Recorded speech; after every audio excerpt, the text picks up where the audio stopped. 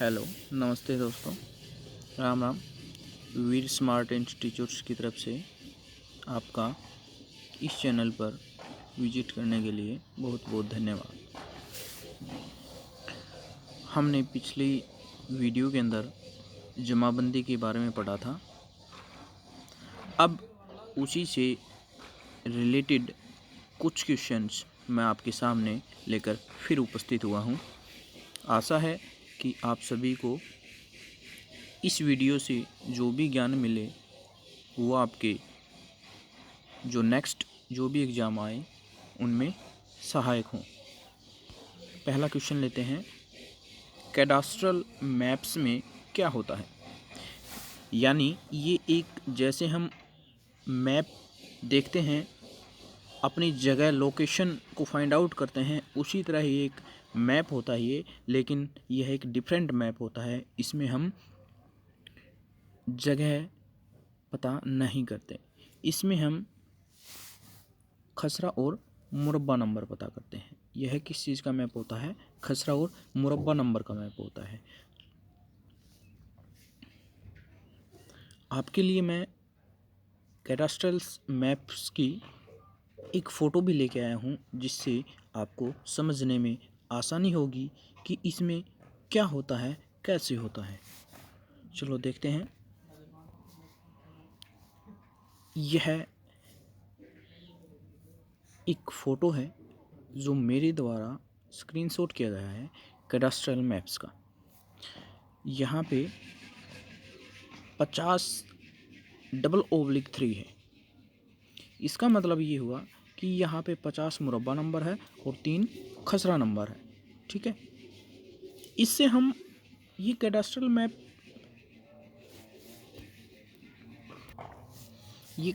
Map एक village का नहीं होता, यह हमारे पूरे स्टेट हरियाणा का मैप होता है, जिसमें हम किसी भी ज़मीन का पता लगा सकते हैं, उसके मालिक का पता लगा सकते हैं कैडास्ट्रल मैप की सहायता से, क्योंकि यहाँ से हमें मुरब्बा नंबर का पता चल जाएगा और खसरा नंबर का पता चल जाएगा। ठीक है, चलो नेक्स्ट क्वेश्चन। बदस्तूर होता है, जल्दी से आंसर देने का प्रयास करें। हिस्सा होता है, उपहार होता है, जैसे का तैसा होता है या नया होता है। बहुत ही रोचक क्वेश्चन है यह। चलो, मेरा तो आंसर होगा जैसे का तैसा। बदस्तूर एक वर्ड होता है जो कि हमें इंतकाल और फ़र्द में देखने को मिलता है। पहली बार मैं इस वर्ड बदस्तूर से वाकिफ़ हुआ जब एक बंदा मेरे पास पहुंचा अपनी ज़मीन निकलवाने के लिए। तो उसमें लिखा हुआ था बदस्तूर और बाकी नीचे कुछ नाम थे जो उस ज़मीन के मालिक थे। तो मैंने उनसे पूछा कि बदस्तूर कौन है भाई, इसका ये भी मालिक है इस ज़मीन में। लेकिन उसने कहा कि बदस्तूर नाम का कोई भी व्यक्ति नहीं था जो हमने ज़मीन खरीदी थी उसके अंदर। तो काफ़ी सर्च करने के बाद मेरे को बदस्तूर का मीनिंग प्राप्त हुआ कि बदस्तूर होता है जैसे का तैसा, मतलब जो मालिक इसके पहले थे वो तो हैं, लेकिन जो नए मालिक हैं उनका नाम जोड़ दिया है बस खाली इसके अंदर। क्या किया? नाम जोड़ा है नए मालिकों का। ठीक है, नए मालिकों का नाम जोड़ दिया है। ठीक है, तो बदस्तूर का मतलब हमें पता चल गया है, जैसे का तैसा होता है।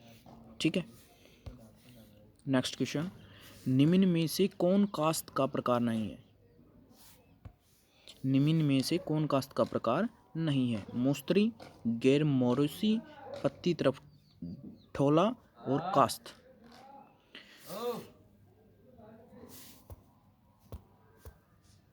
तो हमारा यहाँ पे जल्दी से आंसर देने का प्रयास करें कि इनमें से कौन कास्त का प्रकार नहीं है।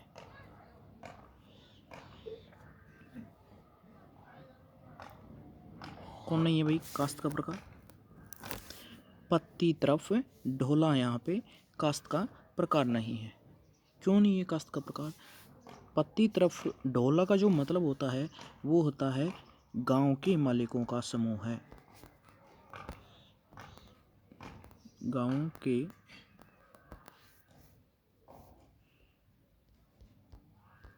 मालकों का समूह होता है, मालकों का समूह होता है। पत्ती तरफ ढोला का मतलब गांव के मालकों का समूह होता है। तो कास्त नहीं है। कास्त क्या होता है? जो जमीन को जोतता है। क्या करता है? जमीन को जोतता है, वह कास्त होती है। यहाँ पे गैर मोरोसी, गैर मोरोसी क्या होता है? गैर मोरोसी होता है जो मतलब बेदखल होता ना, गैर मोरोसी होता है जो मतलब बेदखल होने वाला काश्तकार होता है। ठीक है, कास्त जो मालिक है वो कास्त कर रहा है, इसका वो कास्त करना होता है। ठीक है, नेक्स्ट क्वेश्चन, गैर मोरोसी क्या है? नेक्स्ट क्वेश्चन ही आ गया। तो गैर मोरोसी क्या है? बेदखल होने योग्य काश्तकार होता है गैर मोरोसी। गैर मोरोसी क्या होता है? बेदखल होने योग्य काश्तकार होता है। और जो बेदखल होने योग्य ना हो, यानी ये बेदखल न होने वाला काश्तकार क्या कहलाता है? हमारा मोरूसी कहलाता है। वो क्या कहलाता है? मोरूसी कहलाता है। तो बेदखल न होने वाला मोरूसी कहलाता है। मालिकों का समूह हमने बताया था, भूमि का मालिक ऐसा कोई वर्ड नहीं बना। ठीक है, नेक्स्ट क्वेश्चन, खीवट में क्या होता है? खीवट में क्या होता है? जल्दी से आंसर देने का प्रयास करें। मलकियत का विवरण होता है, या काश्तकार का विवरण होता है, या भूमि का प्रकार होता है, या बेदखल काश्तकार का विवरण होता है? देखिए, बेदखल काश्तकार का विवरण नहीं होता। ये हमने पढ़ा था कि बेदखल काश्तकार का विवरण किसके अंदर होता है? गैर मोरोसी के अंदर होता है। भूमि का प्रकार का भी विवरण नहीं होता है कि वो बंजड़ है, सॉरी चाही है, बूढ़ है, बिरानी है, ये विवरण भी नहीं होता है। तो मलकियत का विवरण होता है खीवट के अंदर, यानी मालिकों का विवरण होता है। मलकियत मतलब मालिकों का विवरण होता है खीवट के अंदर। कास्त नहीं होती कि भाई कास्त कौन कर रहा है, कास्त का विवरण नहीं होता इसके अंदर। ठीक है, कास्त का विवरण नहीं होता है, मलकियत का विवरण होता है खीवट के अंदर। ठीक है, नेक्स्ट क्वेश्चन, कुएं द्वारा सिंचित भूमि को क्या कहते हैं? यानी कुएं के द्वारा जिस भूमि की सिंचाई की जाती है उसको हम क्या बोलते हैं? नहरी नहीं बोलते, नहरी तो नहर से सिंचाई करने वाली को बोलते हैं। बरानी, बरानी मतलब जो खाली पड़ी है, बंजर खाली पड़ी को बंजर बोलते हैं। बरानी जो वर्षा के ऊपर निर्भर कर रही है वो वह भूमि होगी, बरानी होगी हमारे पास। ठीक है, चाही नहरी मतलब नहर आ गया इसके अंदर, तो यह भी नहीं हो सकती, तो हमारा आंसर बचता है चाही। चाही वो होती है, वो भूमि होती है जिसकी सिंचाई हम कुएं के द्वारा करते हैं। ठीक है, नेक्स्ट क्वेश्चन, मुस्तरी होता है? मुस्तरी होता है, आंसर दीजिए। भूमि खरीदने वाला होता है, भूमि बेचने वाला होता है, भूमि उपहार देने वाला होता है, या मुश्किल में काश्त करने वाला होता है? मुश्किल में काश्त करने वाला कैंसिल आउट हो गया है। यहाँ से तीन और बच गए हमारे पास ऑप्शंस। इसमें से एक आंसर हमें फाइंड आउट फिर से करना है। तो मुस्तरी कौन होता है? मुस्तरी होता है, आंसर हमारा है भूमि खरीदने वाला मुस्तरी कहलाता है। तो भूमि बेचने वाले को हम क्या बोलते हैं? बाया बोलते हैं भूमि बेचने वाले को। और उपहार में देने वाले को बाहिब बोलते हैं, बाहिब। ठीक है, हो सकता है इनसे भी क्वेश्चन बन जाए, हमें इनको भी याद रखना है। ठीक है, नेक्स्ट क्वेश्चन है, तीन गांवों की एक स्थान पर मिलने वाली सीमाओं पर पत्थर क्या कहलाता है? यानी जैसे कि एक गांव की सीमा यहाँ तक लगती है, और एक गांव की सीमा यहाँ तक लगती है, और एक गांव की सीमा यहाँ तक लगती है। तो यहाँ पे जो पत्थर होता है, यहाँ पे एक मिनट, मैं कलर दूसरा चूज कर लेता हूँ। ये जो पत्थर होता है, यह जो पत्थर है, इसको हम क्या बोलते हैं, यह हमने बताना है। तो इस पत्थर को हम क्या बोलते हैं, हमशिरा बोलते हैं, शहदा बोलते हैं, वालदा बोलते हैं या बेवा बोलते हैं, ये हमें बताना है। तो इस पत्थर को हम क्या बोलेंगे, शहदा बोलते हैं। इस पत्थर को हम क्या बोलते हैं, शहदा बोलते हैं। ठीक है,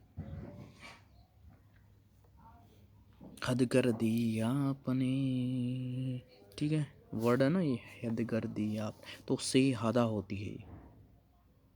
ठीक है ना। हमशिरा क्या होता है, हमशिरा होता है बहन, बहन होता है हमशिरा। वालदा क्या होता है, वालदा माता होती है, माता।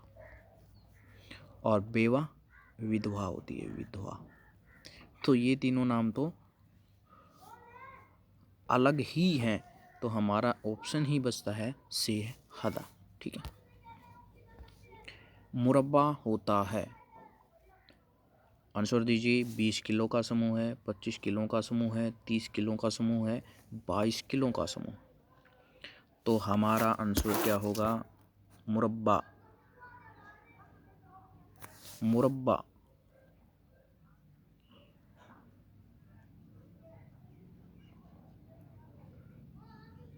जल्दी से आंसर दीजिए, जल्दी से। मुरब्बा होता है, सॉरी 25 किलो का समूह होता है मुरब्बा। मुरब्बा के अंदर 25 किले होते हैं एक मुरब्बा के अंदर। ठीक है।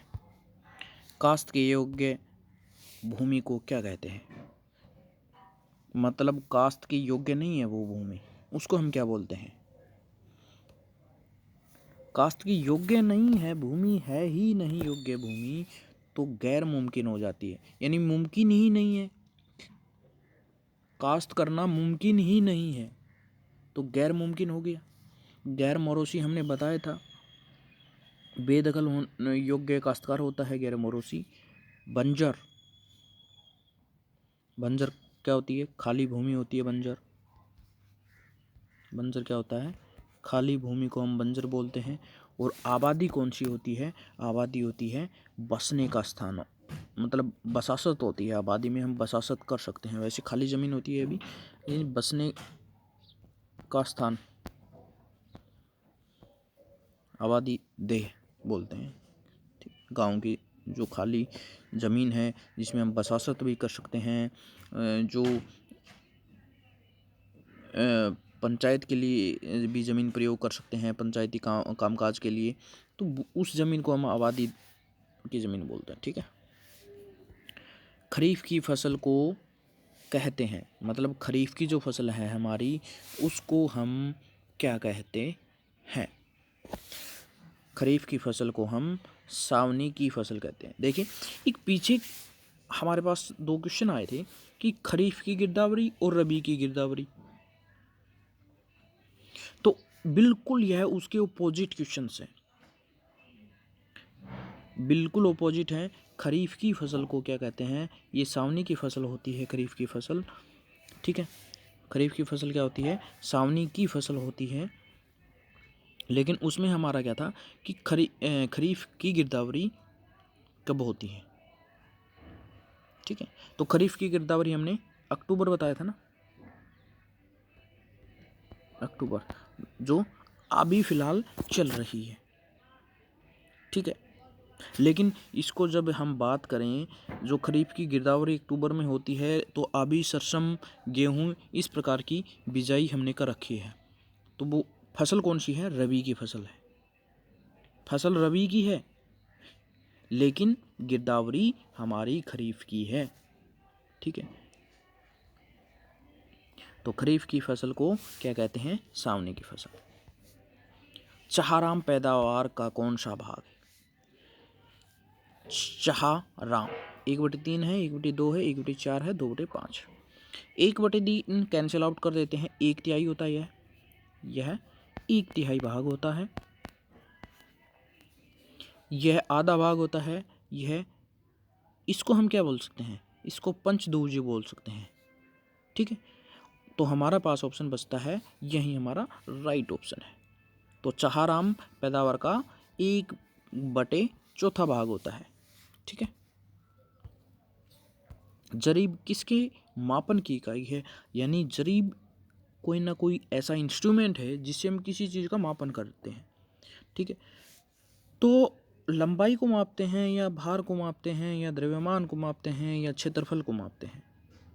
देखिए, वैसे देखें हम तो लंबाई को मीटर में मापते हैं। ठीक है। तो लंबाई नहीं होना चाहिए, लेकिन इसका करेक्ट जो आंसर है वो लंबाई ही है। जरीब क्या है? लंबाई मापने की इकाई है। ठीक है।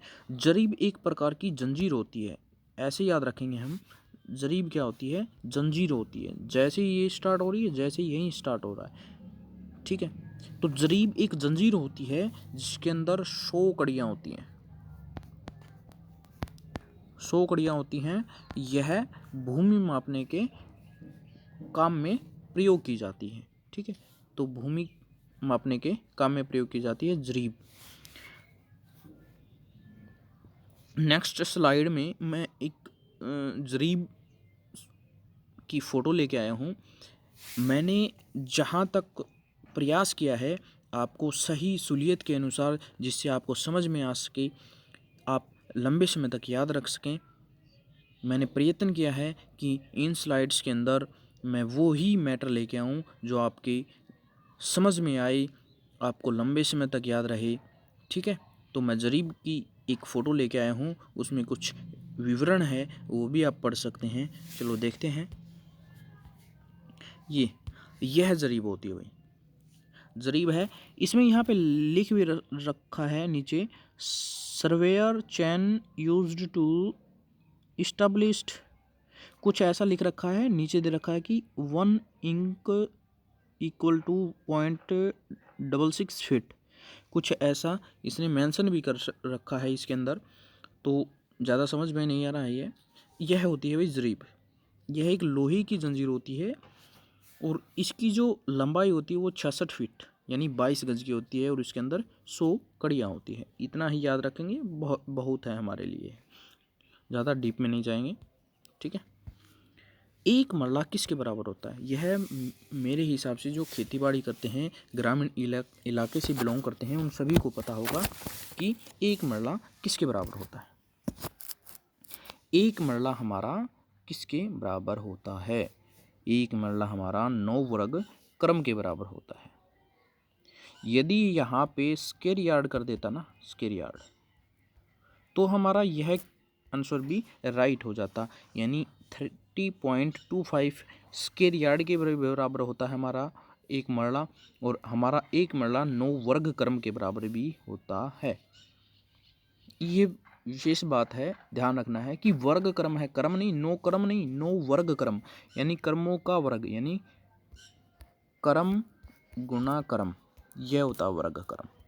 ठीक है। तो एक मरला 9 वर्ग क्रम के बराबर होता है या 30.25 स्क्वायर यार्ड के बराबर होता है। ठीक है।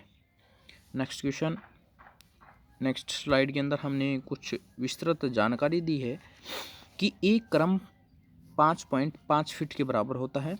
एक वर्ग क्रम 30.25 वर्ग फुट के बराबर होता है। ठीक है।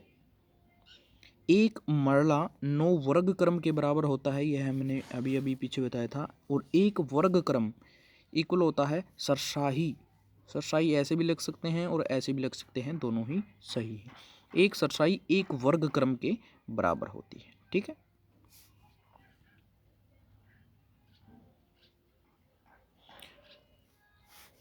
इनके बारे में यदि हम अभी इसी स्लाइड्स के अंदर या इसी वीडियो के अंदर विस्तृत जानकारी दें तो आपके समझ में नहीं आएगी। हम थोड़ा थोड़ा करके इन बातों को समझेंगे ताकि लंबे समय तक याद रख सकें हम इन बातों को। ठीक है।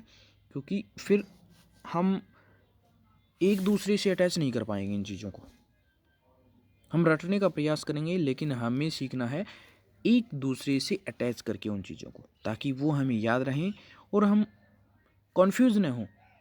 कई बार क्या होता है कि क्वेश्चंस जब हम एग्ज़ाम हॉल में बैठे हुए होते हैं तो हमारे पास ऐसे क्वेश्चंस आ जाते हैं जिनके जो ऑप्शन होते हैं, दो ऑप्शंस को तो हम कैंसिल आउट कर देते हैं, लेकिन दो ऑप्शंस ऐसे बच जाते हैं जिनमें हम कंफ्यूज हो जाते हैं और हम वहीं आंसर पे टिक करके आते हैं जो अक्सर गलत होता है। 99% केस में ऐसा होता है। तो हमारा कन्फ्यूजन नहीं रहना चाहिए, हम अच्छी तरीके से तैयारी करेंगे। ठीक है। नेक्स्ट क्वेश्चन, भूमि खरीदने वाले को क्या कहते हैं? क्या कहते हैं भाई? भूमि खरीदने वाले को बाया कहते हैं, बाहिब बोलते हैं, या मुश्तरी बोलते हैं, या हिब्बा बोलते हैं? तो भूमि खरीदने वाले को हम मुश्तरी बोलते हैं। यह भी हमें इंतकाल जो होता है हमारा उसके अंदर मिलता है, या हमारी फ़र्द के अंदर भी कई बार मेंशंस होता है। ये खाली एग्ज़ाम के नज़रिए से नहीं है भाई, हमारी बेसिक नॉलेज भी तैयार करते हैं कि हम हमारी ज़मीन के बारे में बता सकते हैं, किसी को समझा सकते हैं कि भाई इसका मतलब ये होता है, इसका मतलब ये होता है, और हमारी इतनी इस खेवट में से हमारी इतनी ज़मीन आती है, इन मुरब्बा नंबर में से आती है, ये हमारा खेत का किला नंबर है। ठीक है। तो भूमि खरीदने वाले को क्या क्या बोलते हैं? मुश्तरी बोलते हैं। ये हमने बता दिया था। बाया का मतलब बता दिया था हमने, याद है? बाया,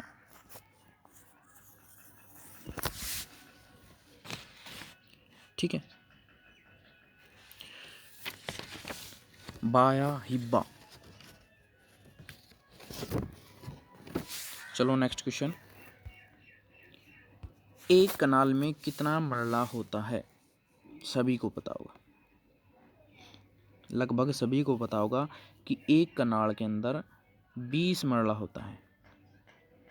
ठीक है। और एक एकड़ या एक किले के अंदर 8 कनाल ज़मीन होती है भाई। एक किले के अंदर 8 कनाल ज़मीन होती है, और एक कनाल के अंदर 20 मरले होते हैं। ठीक है। एक मील कितने फुट के बराबर है? एक मील कितने फुट के बराबर है? 5280, 4400 फुट, 5500 फुट, 5180 फुट। अब कई बार क्या होता है, जो ज़्यादा सोचने समझने वाले बच्चे ना, वो क्या करेंगे, सर जी 4400 और 5500 में है, इन दोनों का आपस में लिंक है, इन दोनों का आपस में लिंक है, क्योंकि देखिए इसमें भी एक वर्ड चेंज है और इसमें भी, इसमें 4400 है, इसमें 5500 है। यहाँ पे कन्फ्यूजन क्रिएट हो जाता है। हमें ऐसा कन्फ्यूजन रखना ही नहीं है भाई। ठीक है। ऐसा कन्फ्यूजन हमें रखना ही नहीं है। हमारा राइट आंसर होगा 5280 फुट। अभी ये 5280 फुट आया कैसे, वो देख लेते हैं। देखिए, एक मील इक्वल होता है 1760 गज। 1760 गज के बराबर होता है भाई। एक मील 1760 गज के बराबर होता है। और एक गज बराबर होता है 3 फीट के। एक गज किसके बराबर होता है? 3 फीट के बराबर होता है। तो 1760 को हम 3 से मल्टीप्लाई कर देंगे। अब 1760 को अब हम 3 से यदि मल्टीप्लाई करेंगे तो हमारे पास आंसर क्या आएगा?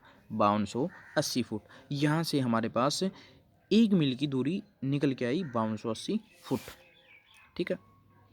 तो हमें ये कुछ प्रोसेस है, इसको थोड़ा ध्यान में रखना है, ताकि यदि हमारे पास पूछ ले कि एक मील में कितने गज होते हैं, तो भी हम बता सकते हैं कि 1760 गज होते हैं। या पूछ ले कि एक गज किसके बराबर होता है? 3 फीट के बराबर होता है। ठीक है। नेक्स्ट क्वेश्चन, जरीब की मानक लंबाई कितनी होती है? ये हमने पढ़ा था भाई पीछे, 66 फीट या 22 गज होती है। ठीक है। 66 फीट या 22 गज बोल सकते हैं हम। और एक गज के अंदर कितना फिट होता है भाई? एक गज कितने फीट के बराबर होता है? 3 फीट के बराबर। ठीक है। अभी अभी पीछे पड़ा भाई गज के बारे में तो। और जरीब के अंदर कितनी कड़ियाँ होती हैं? 100 कड़ियाँ होती हैं। लोहे की जंजीर होती है ये। ठीक है। नेक्स्ट क्वेश्चन, रबी की फसल को कहते हैं, रबी की फसल को आषाढ़ी की फसल कहते हैं, खरीफ की फसल को हम सावनी की फसल बोलते हैं। बैसाख की कोई फसल नहीं है, भाद्रपद की कोई फसल नहीं है। ठीक है। इसके अंदर नेक्स्ट क्वेश्चन है, पटवारी के कार्य का निरीक्षण कौन करता है? पटवारी का जो काम होता है उसका निरीक्षण कौन करता है? तहसीलदार। तहसील का काम लगभग तहसील का ही काम होता है, तहसीलदार का। दफ्तर, कानून को दफ्तर का कार्य कर रहा है। इनमें से कोई का वर्ड ही नहीं है। गिरदावर, गिरदावर को हम कानून को भी बोल सकते हैं। कानून को जो क्या करता है, पटवारी जो काम कर रहा है उसका निरीक्षण कर रहा है। कौन कर रहा है? गिरदावर। गिरदावरी कर ली भाई, नहीं कहते हैं गिरदावरी करना गए तो, मतलब दूसरों का काम है उसकी जांच परख करना। ठीक है, तो पटवारी की कार्य का जो निरीक्षण करता है वो गिरदावर ही करता है। ठीक है, आज के लिए इतना ही है।